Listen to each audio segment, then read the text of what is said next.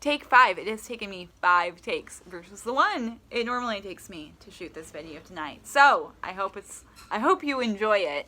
I am going to read you Lily's Purple Plastic Purse by Kevin Henkes with permission from HarperCollins Children's Publishing. This is another one of my favorite books, by the way. As you can tell, I have a lot of favorite books. Lily loved school. I love school. She loved the pointy pencils. She loved the squeaky chalk. And she loved the way her boots went clickety, clickety, click down the long, shiny hallways. Lily loved the privacy of her very own desk. Mine. She loved the fish sticks and chocolate milk every Friday in the lunchroom. Straws make everything taste better. And most of all, she loved her teacher, Mr. Slinger. For you. Mr. Slinger was sharp as a tack. He wore artistic shirts, he wore glasses on a chain around his neck, and he wore a different colored tie for each day of the week. Listen up. Wow, said Lily. That was just about all she could say was wow. Instead of greetings, students, or good mornings, pupils, Mr. Slinger winked and said, howdy. He thought that desks in rows were old-fashioned and boring. Do you rodents think you can handle a semicircle? And he always provided the most tasty snacks, things that were curly and crunchy and cheesy. I want to be a teacher when I grow up, said Lily. Me too, said her friends, Chester and Wilson and Victor. At home, Lily pretended to be Mr. Slinger. I am the teacher, she told her baby brother Julius. Listen up. Lily even wanted her own set of deluxe picture encyclopedias. Teachers know everything. What's with Lily? Asked her mother. I thought she wanted to be a surgeon or an ambulance driver or a diva, said her father. It must be because of her new teacher, Mr. Slinger, said her mother. Wow, said her father. That was just about all he could say was wow. Whenever the students had free time, they were permitted to go to the light bulb lab in the back of the classroom. They expressed their ideas creatively through drawing and writing. Lily went often. She had lots of ideas. She drew pictures of Mr. Slinger, and she wrote stories about him too. During sharing time, Lily showed her creations to the entire class. Wow, said Mr. Slinger. That was just about all he could say was wow. Big, friendly Mr. Nice Man Teacher. And at the very last second, Mr. Slinger saved the cold, starving elderly. That was the book she was reading about him. When Mr. Slinger had bus duty, Lily stood in line even though she didn't ride the bus. Lily raised her hand more than anyone else in class, even if she didn't know the answer. Call on me, please, please. And she volunteered to stay after school to clap the erasers. I want to be a teacher when I grow up, said Lily. Excellent choice, said Mr. Slinger. One Monday morning, Lily came to school especially happy. She had gone shopping with her Grammy over the weekend. Lily had a new pair of movie star sunglasses complete with glittery diamonds and a chain like Mr. Slinger's. She had 3 shiny quarters. And best of all, she had a brand new purple plastic purse that played a jaunty tune when it was opened. Lily wanted to show everyone. Not now, said Mr. Slinger. Listen to our story. Lily had a hard time listening. Lily really wanted to show everyone. Not now, said Mr. Slinger. Let's be considerate of our classmates. Lily had a hard time being considerate. Lily really wanted to show everyone. Not now, said Mr. Slinger. Wait until recess or sharing time. But Lily could not wait. The glasses were so glittery, the quarters were so shiny, and the purse played such nice music, not to mention how excellent it was for storing supplies. Look, Lily whispered fiercely. Look, everyone, look what I've got. Everyone looked, including Mr. Slinger. He was not amused.